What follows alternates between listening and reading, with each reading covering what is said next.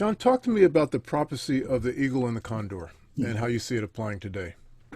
So it's one of many prophecies that come from many different cultures. I mentioned the Dalai Lama. There's a prophecy of the Himalayas that's similar, and the Mayan prophecy of 2012, which is a very optimistic prophecy, regardless of what Hollywood seems to want us to believe.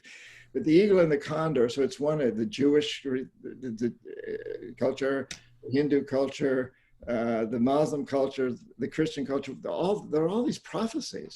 But the eagle and the condor one is simple. It's very straightforward, and it was probably first voiced in oral traditions maybe 3,000 years ago. We don't know, but a long time ago in the Amazon and the Andes, and it moved up through Central America, and back then, maybe 3,000 years ago, they said back in the midst of history, human societies would take two different paths, two different flights.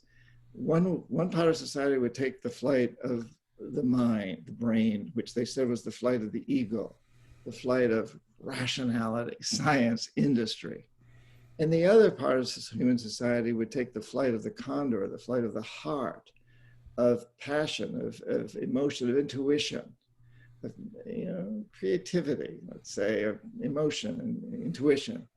And the prophecy said that these two paths would separate. These two groups of society would go in very different directions. They wouldn't connect until the fourth Pachacuti. Pachacuti in Quechua, the language of the Andes, is a 500-year interval. The fourth Pachacuti began in our calendar in 1500, about then. And it was said that during the fourth Pachacuti, the eagle and the condor would come together, they would clash. The eagle would be so powerful as to practically drive the condor into extinction, but not quite. Mm. And of course, we know that's what happened. 1492, Columbus, the industrialized countries of the world practically drove the indigenous cultures into extinction, but not quite. Prophecy goes on to say that 500 years later, in the fifth Pachacuti, roughly the year 2000, the opportunity arises for the eagle and the condor to fly in one sky, to dance, to mate, and to create an offspring that's higher consciousness, bringing heart and mind together, bringing the rational, the scientific together with the intuitive and the creative, and creating this new consciousness. And of course, we've been seeing that happening. We've been seeing in the 90s when people really in the industrialized countries began to get very interested in shamanism and indigenous cultures. And we saw the indigenous people and the shamans coming out and saying, we need to share our knowledge and we need to learn from you also.